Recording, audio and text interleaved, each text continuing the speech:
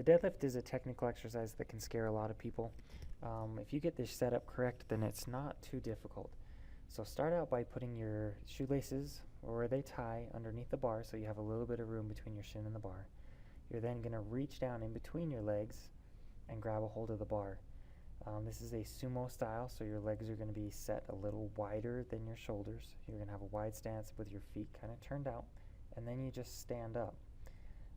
Notice that she's keeping a neutral spine, so she's still got that slight curvature in her low back. Her upper back is not arching over forward, and she's doing that by being able to kind of turn her elbows in, so rotating her arms outward. So this is a traditional deadlift now, where your feet are more of a shoulder stance apart. Hands are on the outsides of the legs. If you notice, she's using a mixed grip, it's called, so one hand is overhand, one hand is underhand. Then she's still turning those arms outward to get those elbows in, tucked in close by her. That is helping to lock her upper body into position so her shoulders don't round forward.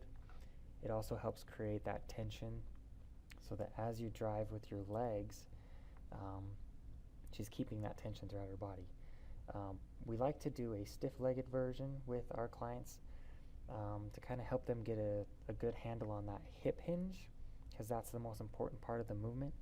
So she is bending her knees just slightly, but the big portion of the movement is all from the hip. So her back's not bending, but her hips are hinging, so she's flexing at the hip. Okay, so that's a stiff-legged deadlift version. This is a deficit deadlift now, so this is a traditional style again. So she's standing on some plates to help get her a little higher up off the platform, so she's got to bend over a little further. So it helps strengthen you out of the bottom. This is now we call this a walking dead. So these are walking deadlifts. So all the same mechanics, except you've got 1 foot forward, 1 foot back, and you're walking with it. So the key with this one that we like to do is we like to have our clients turn your feet inward a little. So if you notice there in the video, she's turning her foot to point inward.